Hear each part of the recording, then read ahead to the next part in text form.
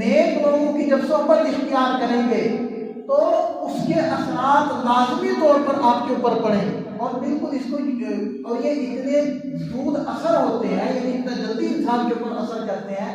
آپ اس کو اس مثال سے سمجھیں جیسے اللہ نہ کرے کسی کے گردے میں پتھری ہو، اب اس کے دو طریقے علاج ہیں۔ ایک تو یہ ہے کہ وہ ایسی میڈیسن استعمال کریں جس سے اس کی وہ پتھری آہستہ آہستہ گل جائے، ٹوٹ جائے، ریت بن جائے اور پھر وہ خارج ہو جائے۔ اور ایک اس کا جلدی علاج یہ ہے کہ اس کے اوپر کچھ شعائیں ماری جائیں جس سے وہ جلدی ٹوٹ کر بکھر جائے اور باہر نکل جائے۔ تو ایک تو یہ طریقہ ہے کہ آدمی ذکر کرے، آدمی تلاوت کرے، آدمی مسلسل اللہ کے حکموں پر آنے کی کوشش کرے تو آہستہ آہستہ اس کی طبیعت میں بہتری آئے۔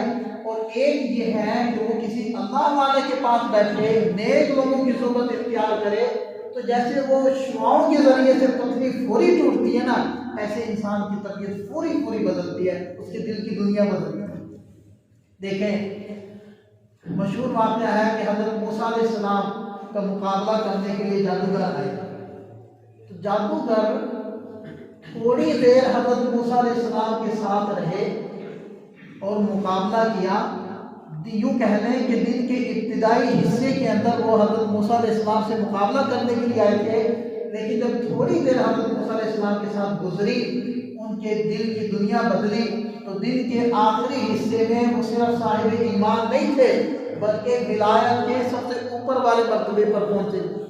کہ جب فرعون نے کہا کہ مجھے لگتا ہے کہ تم آپس میں ملے گئے ہو اور یہ تمہارے بڑے ہیں اور تم لوگوں نے یہ سارا ڈرامہ کیا ہے، اگر تم موسیٰ علیہ السلام کا دامن نہیں چھوڑو گے تو میں قتل کر دوں گا۔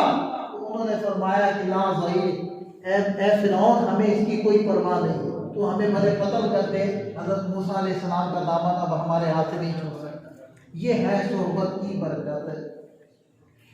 صحبت صالح ترا صالح کنل، صحبت طالح ترا طالح کنل۔ نیک لوگوں کی صحبت تمہیں نیک بنا دے گی اور برے لوگوں کی صحبت تمہیں برا بنا دے گی۔ حضرت شیخ سعدی رحمۃ اللہ علیہ وہ حکایتوں سے باتیں سمجھایا کرتے تھے، جیسے علامہ رومی رحمۃ اللہ علیہ نا، ان کی مثنوی، ان کی پوری ایک کتاب ہے جس کے اندر انہوں نے نظمیں لکھی ہیں، اور نظموں میں انہوں نے کچھ حکایتیں، ایک ہوتی ہے حکایت اور ایک ہوتا ہے کوئی واقعہ حقیقت ہوتی ہے کوئی جس کو آدمی نقل کرتا ہے۔ حکایت خود سے بنائی جاتی ہے سمجھانے کے لیے، ایک سبق سکھانے کے لیے حکایت بنائی جاتی ہے، تو اس میں یہ نہیں دیکھا جاتا کہ یہ بات حقیقت بھی ہے یا نہیں ہے، وہ صرف بات سمجھانے کے لیے ایک کہانی سی بنائی جاتی ہے تاکہ اگلے کو بات اچھے سے سمجھ میں، اس کو کہتے ہیں حکایت ہے۔ تو شیخ سعدی رحمۃ اللہ علیہ نے بھی اسی طرح کی نا کچھ حکایتیں انہوں نے ذکر کی ہیں۔ ان کی دو کتابیں بڑی مشہور ہیں، ایک بوستان ہے وہ ساری شاعریاں ہیں، اور ایک گلستان ہے، گلستان میں کچھ اشعار ہیں، کچھ پیراگراف ہیں جس میں انہوں نے حکایتیں ذکر کی ہیں۔ تو یہ گلستان کی عبارت ہے جو میں آپ کو چند اشعار سنا دیتا ہوں۔ وہ کہنے لگے کہ ایک دن میں حمام میں گیا تو میرے ہاتھ میں خوشبودار مٹی آئی نہانے کے لیے، اس زمانے میں استعمال ہوتی ہوگی۔ بدو گفتن کے مشکی یا عبیری کہ از بوئے دلاویزے تو مستن۔ تو شیخ سعدی کہتے ہیں میں نے اس کو کہا کہ تو مشک کی ڈلی ہے یا مٹی ہے، تیری دل کو کھینچنے والے خوشبو نے میرے دل کو مست کر دیا ہے، تو کیا چیز ہے؟ شیخ سعدی کہتے ہیں بدو گفتن کے، وہ شیخ سعدی کہتے ہیں کہ وہ مٹی مجھے کہنے لگی بگفتہ من گلے ناچیز بودم ولیکن مدت بابل نشستن۔ اس مٹی نے مجھے کہا کہ میں تو مٹی ہوں، ایک لمبا عرصہ میری دوستی پھول کے ساتھ رہی ہے، میں اس کے ساتھ اٹھتی بیٹھتی رہی، جمال ہم نشی در من اثر کر وگرنہ من ہما خاتم کے حسن۔ میرے ہم نشین کے حسن نے مجھ میں بھی اثر کر دیا، ورنہ میں تو وہی مٹی ہوں جو کہ میں ہوں، تو شیخ سعدی رحمۃ اللہ اس حکایت میں کیا بتانا چاہ رہے ہیں کہ جب پھول کے ساتھ مٹی کی دوستی ہو گئی تو وہ خوشبودار ہو گئی، تو جب ہماری نیک آدمی کے ساتھ، نیک لوگوں کے ساتھ دوستی ہوگی تو ہم نیک نہیں بنیں گے؟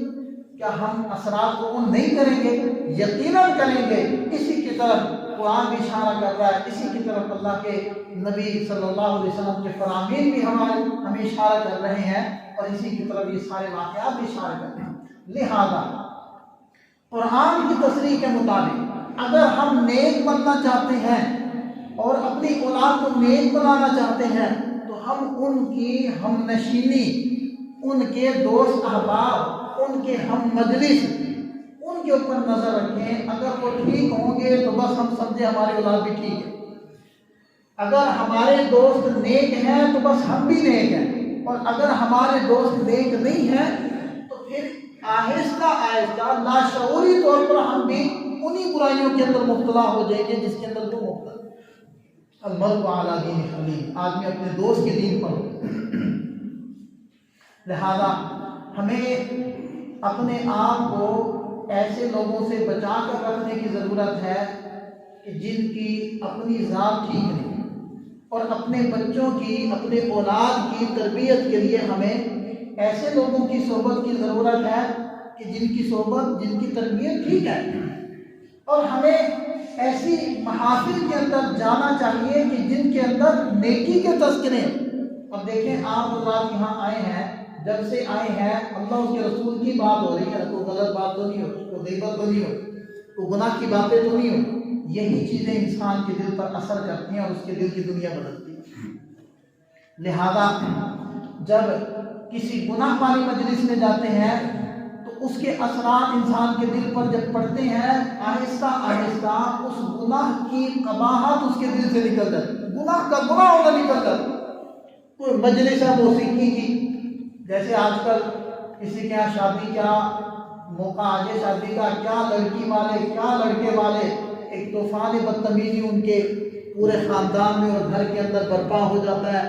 ساری رات گانے، بے پردگی اور پتہ نہیں کیا کیا خرافات ہوتی ہیں۔ تو ان محافل کا نقصان یہ ہے کہ اس گناہ کا گناہ ہونا دل سے نکل جاتا ہے، یا کم سے کم اس گناہ کی جو شدت ہے ہمارے دل میں وہ کم ہو جاتی ہے، وہ لیول نیچے آ جاتا ہے کہ اتنا بڑا گناہ تو ہے، اتنا بڑا گناہ نہیں ہے۔ یہ چھوٹا بڑا عذاب ہے، یہ تھوڑا عذاب ہے کہ آدمی گناہ کو گناہ ہی نہیں سمجھ رہا، یا گناہ کو معمولی سمجھ رہا۔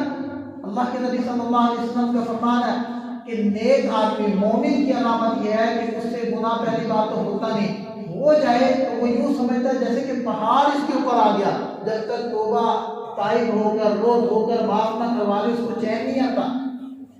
اور منافق کی علامت یہ ہے کہ جب اس سے گناہ ہو جائے تو ایسی ہے جیسے کہ بندہ کوئی مکھی اڑائے، اس کو کوئی پرواہ نہیں ہوتی۔ اس منافق کو بھی کوئی پرواہ نہیں ہوتی، تو کیا ہے اگر میں نے یہ کر دیا تو کون سا بڑا میں نے کفر کر دیا ہے۔ یہ منافق کی علامت، اور یہ نفاق پیدا کیوں ہو رہا ہے؟ اس گناہ کی محافل میں جانے کی وجہ سے یہ نفاق پیدا ہو رہا ہے کہ اس گناہ کی شدت کم ہو گئی، لیول نیچے آ گئی۔ یہ کوئی اتنا بڑا گناہ تو نہیں ہے، کوئی اتنی بڑی بات تو نہیں، تو کفر تو نہیں کر دیا میں نے، کیا کر دیا؟ یہ اس کا نقصان۔ اس لیے ہم اپنی حفاظت کریں،